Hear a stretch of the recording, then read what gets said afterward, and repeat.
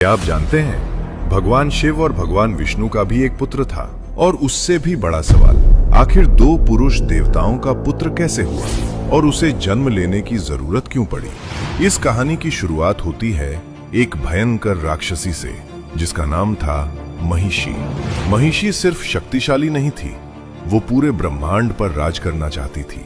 इसलिए उसने ब्रह्मा जी की ऐसी कठोर तपस्या की कि अंततः ब्रह्मा जी को प्रकट होना पड़ा।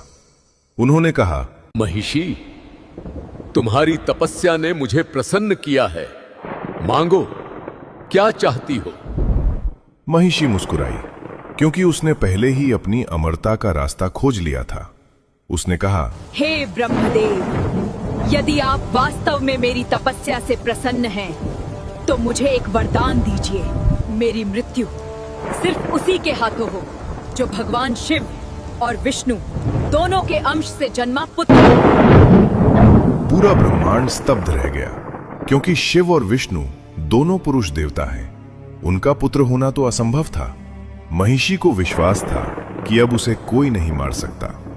ब्रह्मा जी ने वरदान दे दिया और यहीं से शुरू हुआ उसका आतंक। उसने देवताओं को हराना शुरू कर दिया, ऋषियों के यज्ञ नष्ट करने लगी और धीरे धीरे तीनों लोग उसके भय से कांपने लगे।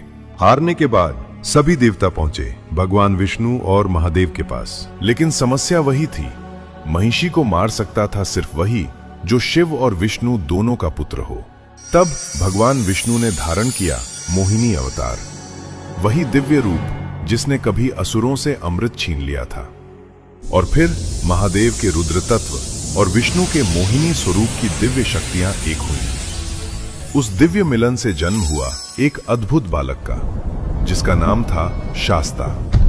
आज जिन्हें दक्षिण भारत में भगवान अयप्पा के रूप में पूजा जाता है। दिखने में वे एक बालक थे, लेकिन उनके अंदर था महादेव का रुद्र बल और विष्णु की दिव्य बुद्धि।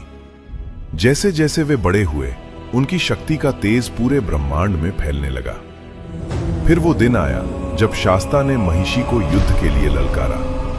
धरती कांप उठी, आकाश में देवता एकत्र हो गए और एक भयंकर युद्ध शुरू हुआ। महिषी की विशाल सेना एक एक करके पराजित होने लगी। जिस राक्षसी को विश्वास था कि उसे कोई नहीं मार सकता, उसे पहली बार डर महसूस हुआ। और फिर मणिमाला पर्वत श्रृंखला के बीच शास्ता ने अपना दिव्य त्रिशूल उठाया और एक ही प्रहार में महिषी का अंत कर दिया। अगले ही पल आकाश से पुष्प वर्षा होने लगी। देवताओं ने जयघोष किया,